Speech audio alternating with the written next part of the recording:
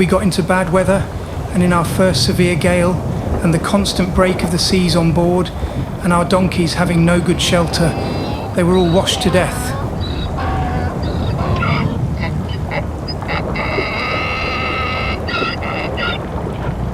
And we had to put them overboard. This was most upsetting, and we were glad that Mr. Hack was not on board to witness this event. All the rest of the stock survived.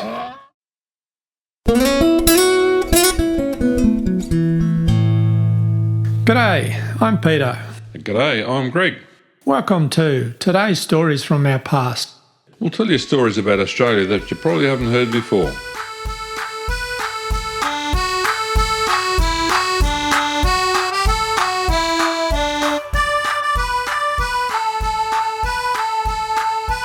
This is the 14th episode in a season that we've called Bound for South Australia. And what are we going to chat about today? In the last episode, we talked about Dr. George Mayo, and in earlier episodes, we've chatted about the Hack family and about John's father, Thomas. All this information is needed to understand how and why John Watts, Dr. Thomas Watts's oldest son, gets to South Australia. So in this episode, we'll talk about my great-great-grandfather John Watts and how he got to South Oz. There are some significant meetings held in Gloucestershire in 1839 and 1841 that we need to discuss. You'll recall from past episodes that Dr. Mayo was apprenticed to John's father, Dr. Thomas Watts, and that Mayo made 2 trips out to South Australia. Dr. Mayo and John's father must have been exchanging letters because when Dr. Mayo goes back to Osleworth to see his father during his first return visit to England, he writes in his diary on 4 January 1839, "Lovely day. Walk to Dursley. Most lovely prospect of the Vale of Berkeley, the River Severn, the Welsh Mountains and Malvern Hills, from this hill. Mr. Watts of Frampton I met. He wishes to send his son to South Australia. Pressed me very much to see him at home and stay some time." Then, on 15 January, he writes, "Walked 10 miles to Frampton. Got there at 4 p.m. in time for dinner. Aimed to spend a few days with Mr. Watts. His children grown out of remembrance, near 7 years since being there. Met a Mr. Russell there, who knew friends of Georgetown. Remained in all day talking with the girls and reading. Mr. Watts would send his son in the same vessel I am going in, to South Australia if I would say I should remain out there. Played cards this evening. Rode with Mr. Watts round some of our old haunts. It made me melancholy, fool. Mrs. Watts looks well and young. Heard that old Mrs. Webb is alive. The girls gave us some music in the evening. Tom Watts gone to skate. Bid them adieu and walked off to Aylesworth." Well, that's interesting. Thomas Watts is keen for his eldest son to go to South Australia rather than wanting him to follow in his footsteps and become a doctor. Does John make it onto the next ship with Dr. Mayo? No, Dr. Mayo went back to the colony in July 1839 on board another migrant ship, the barque the Asia. We discussed that voyage in our last 2 episodes. John would follow on a later ship, the Guiana, but there's some other things that have got to be sorted out before it all comes together. Through letters, Mayo must have told John's father much about the colony. Mayo must have said that in July 1840 he married Miss Maria Gandy. They'd lived in Thurberton Cottage for a while, but they had moved to Carrington Street. We've talked about John's father and his friend George Mayo and their understanding about John going out to South Australia. It's now time to talk about John himself. Okay, what do we know about John? As mentioned in an earlier episode, when John was 80 years old, he sat down and wrote his personal reminiscences. Somehow, an original copy of this 100-page long document has survived in our family since 1901. In his reminiscences, John tells the story of his life with most detail on his experiences in Australia. Yeah, that's a fantastic resource. Its survival over those 100 years must be a story in itself. But anyway, what does John say about his early life? He doesn't say a lot. Here's the first line of the reminiscences. I was born on February 27th, 1821, in Frampton-on-Severn, Gloucestershire. My father was Thomas Watts, surgeon of our village, and when I had finished my education, I was to follow in that profession.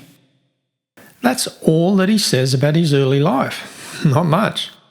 John had a younger brother, Thomas, and two older sisters, Anne and Elizabeth. Neither sister ever married. Well, that is a bit brief, but we found out a lot more about his family in the episode 10. What does John say next? He talks about his education. He says, My brother and myself went to Paris under the care of Dr. Allen LLD to learn the language and go through the School of Anatomy. This plan came to grief by the constant talk of a revolution, so we were ordered home.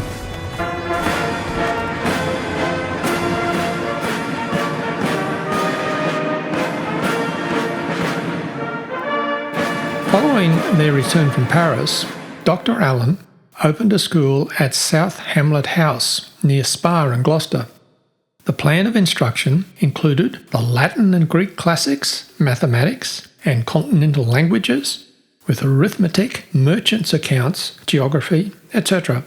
This was calculated to combine a sound grammatical foundation with the rudiments of the sciences, which was important to a pupil on their examination for admission to any of the public institutions of the country, classical, naval or military.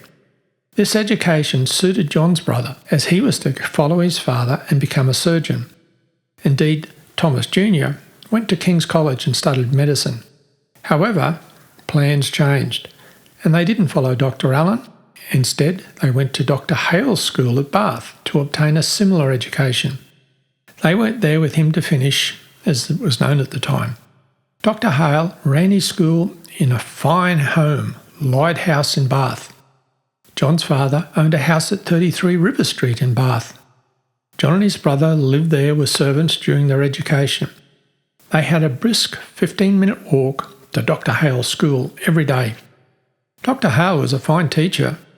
In 1837, several of his ex-pupils, who were then members of the University of Oxford, presented Dr. Hale with a fine silver vase valued at 120 guineas in appreciation of his tutoring. That 120 guineas is equivalent to over 30,000 Australian dollars today. Wow. Okay, so John gets a good education. Yeah, he's well educated, but he was not bound to become a doctor. He says, My brother was apprenticed to my father, but I disliked the profession. John was keen to do something else. Okay. Isn't that a bit unusual for the eldest son to not follow in the father's footsteps? Yes, but as we discussed in episode 10 about John's family, the father had some quite progressive ideas. And from the meeting in Frampton-on-Severn with Dr. Mayo in early 1839, it's clear that John's father was keen for John to go to the colonies. So John began to prepare for such an outcome. He says, I went to a practical farmer to prepare myself for a colonial life. I went through all the usual course, learning to plough, shear, milk cows, and the general management of a farm. Our butcher let me go to his place and learn to slaughter both sheep, pigs, and cattle. Our blacksmith was also glad to let me come to his shop and learn to turn a horseshoe and put it on. John probably got his agricultural training at Alkerton Farm. This farm is about 3 miles southwest of Frampton, and the family had connections there. Well, it seems that John now felt that he was prepared to work in the colony. I assume that he knew that he had more to learn, and that Australia must be so different from the home country, but he sounds confident he could succeed in the venture. But how, and when, and where did he go to Australia? John's father was now happy that John could go to South Australia and be near his old friend. But what would he do when he got there? The answer involved a few family and business connections. John had cousins in Gloucester, Martha, Henry and James Grimes. Their father, John's Uncle James, was a businessman in Gloucester. He ran a successful drapery business at 22 Southgate, which is but a few hundred yards from a large brewery. Through business connections, Uncle James knew Mr. Trimmer, who owned the brewery, in partnership with a Mr. Trolley. Theirs was the only brewery of any size in Gloucester, and they had moved recently into new, larger premises between Westgate and Quay Street. They also controlled 12 public houses. Thus, through his cousins, John became acquainted with Edward Trimmer Jr., who became his fast friend. Edward also wanted to have the colonial experience. With Dr. Mayo in Adelaide, they were keen to go to South Australia, but they wanted to obtain a guarantee of employment before they left. John's father was a surgeon and was well connected with other surgeons in the Gloucester area. Two fellow surgeons were Dr. John Blydell Wilton and his son John William Wilton. The father died in 1839, but John's father kept professional contact with the son, John. At a meeting in July 1841, John Wilton told John's father that his sister Elizabeth, who was known as Bessie, had married a Mr. Stephen Hack. Both Stephen and Bessie were 25 years old. The Hack family were Quakers who originally came from Cirencester but had moved to South Australia in 1836.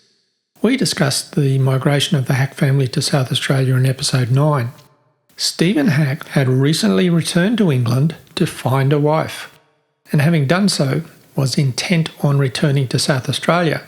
Stephen Hack told John of his family's business in South Australia and that the colony was progressing very well, although due to the 9-month delay in the mails, his information was almost a year old. John had heard that there had been some financial difficulties in the colony, but Stephen Hack assured him that these were exaggerated and the new governor was fixing the colony on a new course. Yeah, okay. But surely that's a warning for caution there. Yeah. John's father wished both of his sons to have a good start in life. For brother Thomas, John's father paid for his medical education at King's College.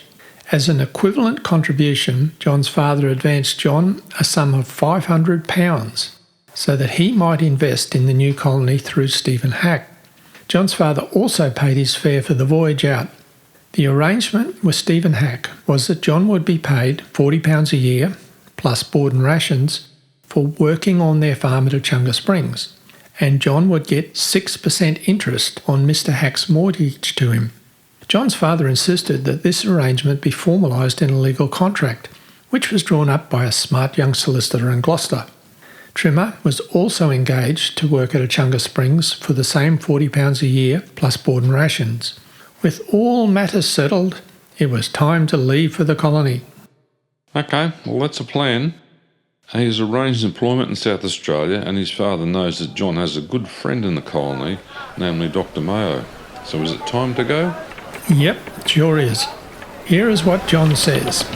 Being now prepared for a colonial life, I left home with my young Gloucester friend, Mr. Edward Trimmer, and boarded a barque called the Guiana.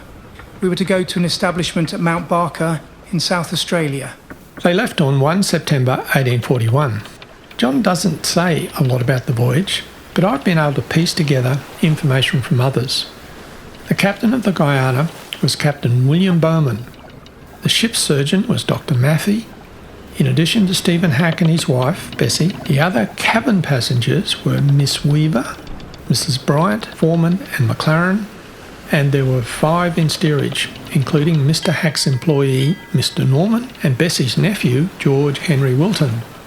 John found out that Miss Weaver was betrothed to Captain Bowman, and they intended to wed soon after their arrival in Adelaide.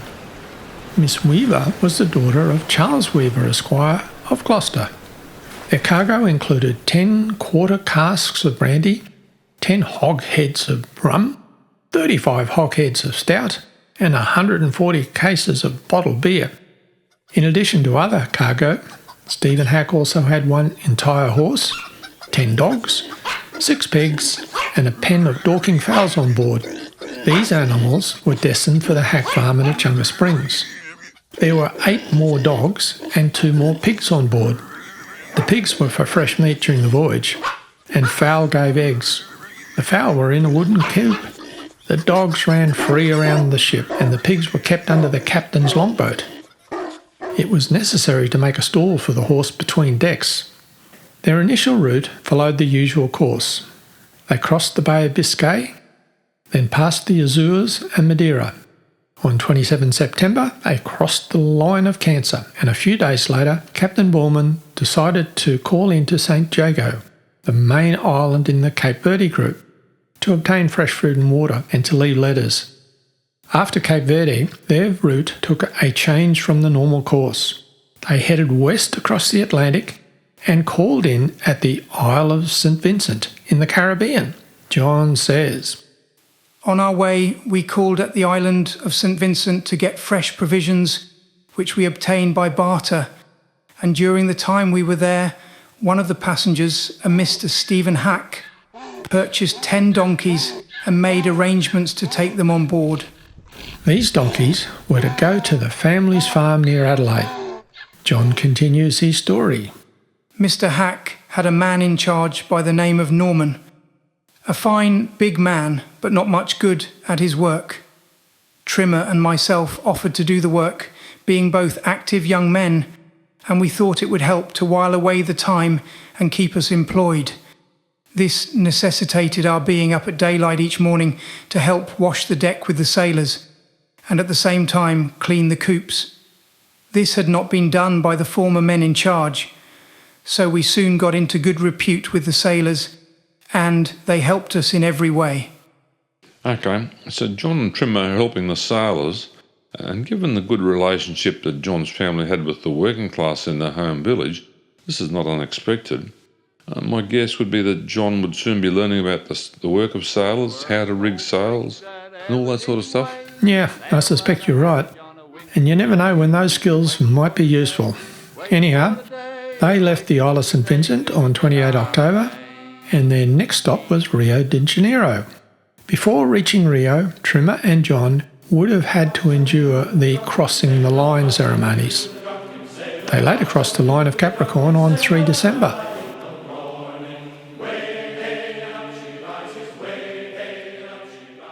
Okay, progress is being made. But what happens next? By this time, it was now clear that Bessie, Stephen's new wife, was with child.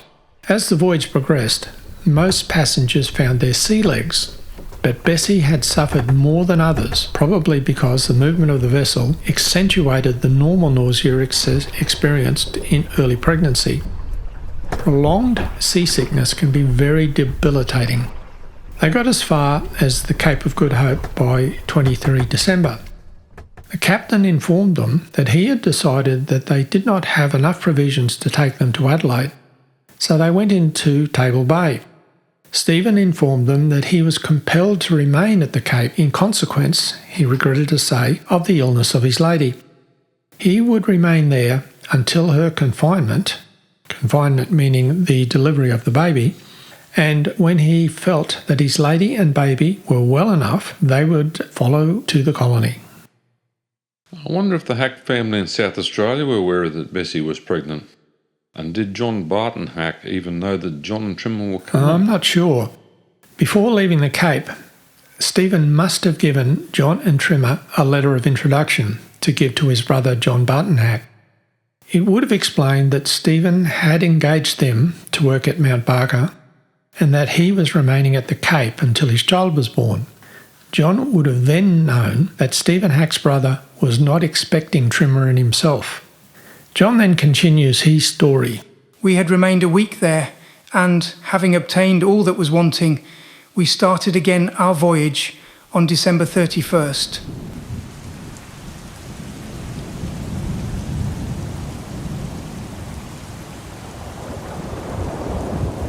We got into bad weather, and in our first severe gale, and the constant break of the seas on board, and our donkeys having no good shelter, they were all washed to death.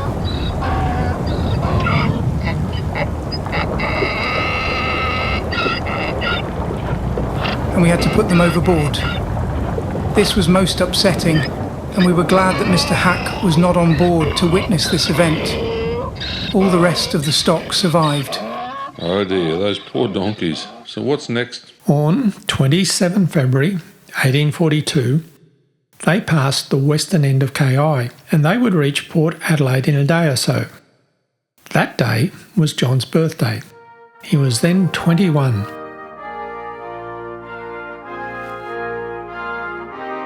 And had reached the age of majority. He was now a man in charge of his own destiny. On 2 March, they arrived in Port Adelaide. Their voyage had been a long and tedious one, but they had arrived all safe and sound after 6 months at sea. John describes their arrival. Port Adelaide was a very poor place, with a custom house erected on excavations taken out of the river, and the road to it for over a mile was made in the same way. There was no conveyance except by bullock dray, so we had to walk to Adelaide and lead the entire horse.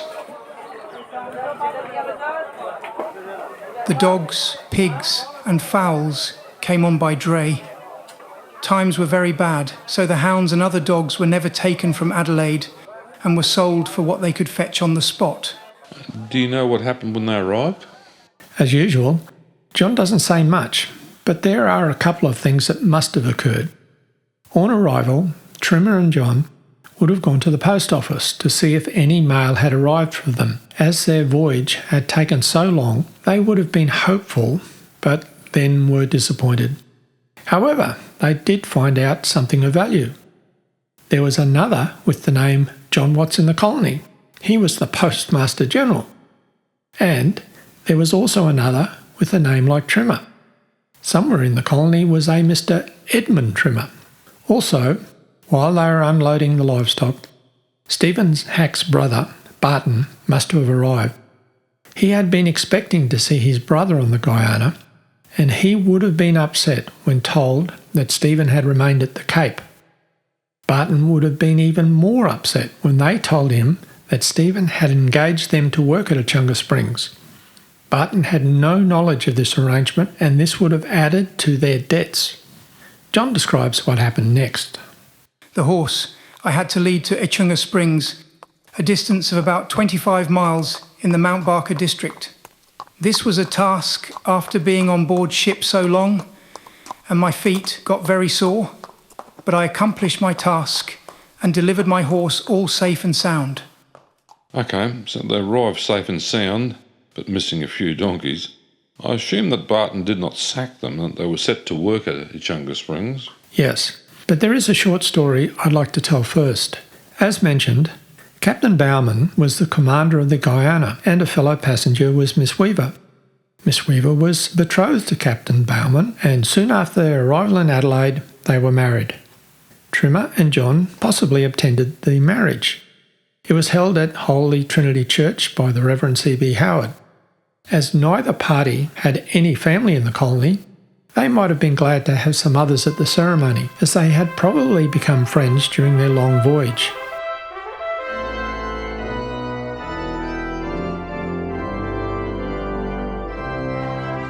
Within days, John found out that the Guiana had embarked for Muscat in Arabia. The passengers included Captain Duff, who we met in an earlier episode, Mrs. Bowman, and a Mr. Arlong. So Miss Weaver, now Mrs. Bowman, was at sea again, just 3 days after their happy marriage. Such was the life of a ship's captain. Then, a few months later, there was a brief report in the paper. It said, Launceston Courier, August 29th, 1842. Died. On board the Barker Guiana, after a short but painful illness, in latitude 1 degree 4 minutes north, longitude 105 degrees 16 minutes east, Mrs. Captain William Bowman.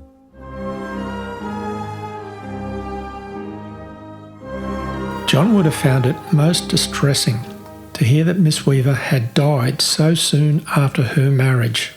See, that's a sad story, but I guess that things like that happened in those days. Yes. Anyhow, John with his friend Trimmer was now living at Echunga Springs. And John had said that times were very bad. How bad? John didn't know how bad the economy was, but if he'd been able to read the diary of Mary Thomas's daughter, he might never well have gone to the colony. On 23 July 1841, while John and Trimmer were at sea, Mary wrote, Frances drank tea with Mrs. Solomon, and Mr. Solomon saw her home. He came into our cottage and chatted upon the affairs of the colony, which are in a desperate state. The merchants are failing, money is scarce, and a great many labourers are out of employment, and all chiefly arising from the government bills having been dishonoured in England. Then a few days later, she wrote, perhaps a little optimistically, We have good news from England. The dishonoured government bills are likely to be paid by a loan from the British government, and it is supposed that this will become a Crown colony. We are now in hopes that trade will flourish once more. Then on 18 August, she wrote, The times at present are very sadly distressing. Many of the lower orders are very badly off, and some of the higher classes can hardly support themselves.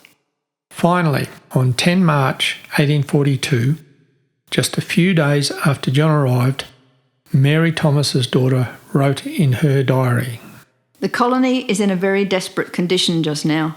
Our merchants are failing, everybody is desponding under the general want of money.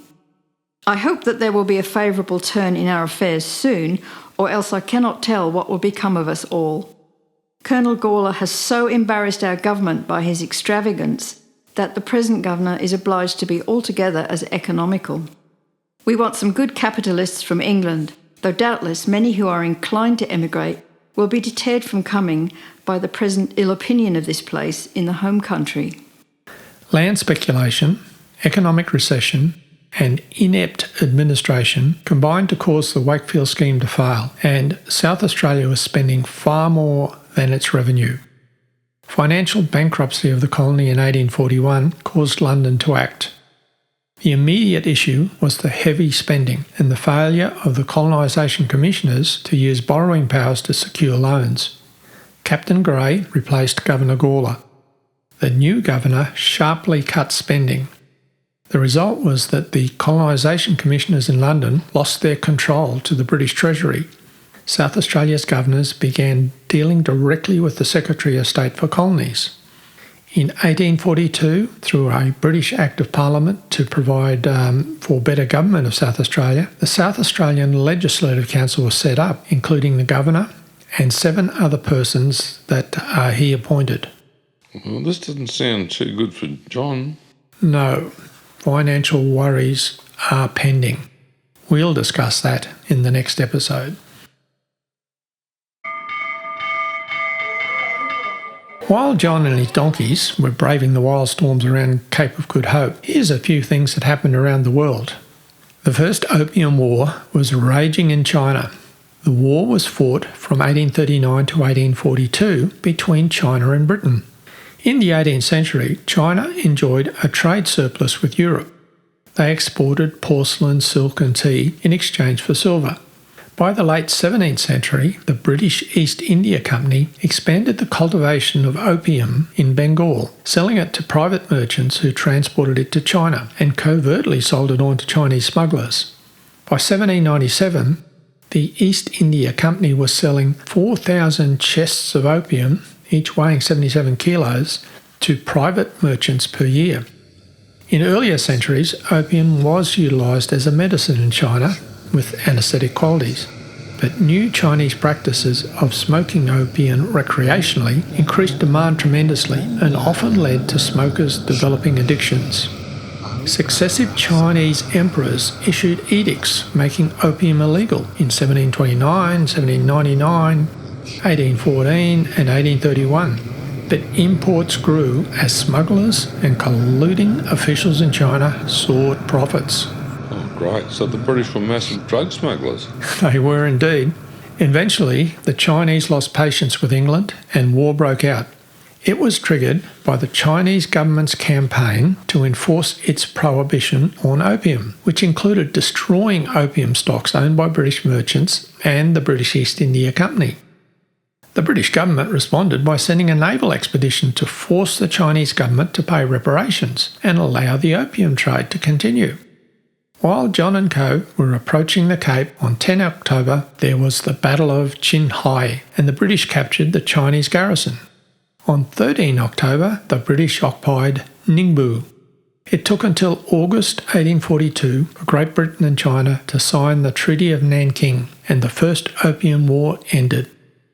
So, some other things that were happening during their voyage included: number 1, on 13 November 1841, Scottish surgeon John Braid first saw a demonstration of animal magnetism by Charles Lafontaine, which leads to his study of the phenomenon that Braid called hypnotism. Number 2, 20 December 1841. The first multinational treaty for the suppression of the African slave trade was signed in London by the representatives of Austria, Britain, France, Prussia and Russia. Number 3. 23 December 1841. The start of the First Anglo-Afghan War. At a meeting with the Afghan General Akbar Khan, British diplomat Sir William Hay Macnaghten was shot dead at close quarters.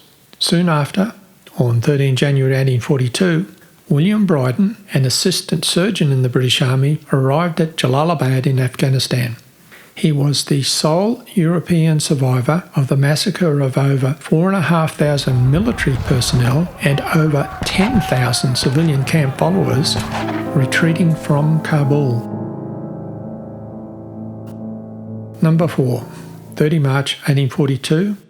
American physician Crawford Long was the first to use diethyl ether as an anaesthetic in a surgical procedure. So Britain was at war in China and Afghanistan at the same time. Let's hope that history doesn't repeat itself too often. No, let's hope not.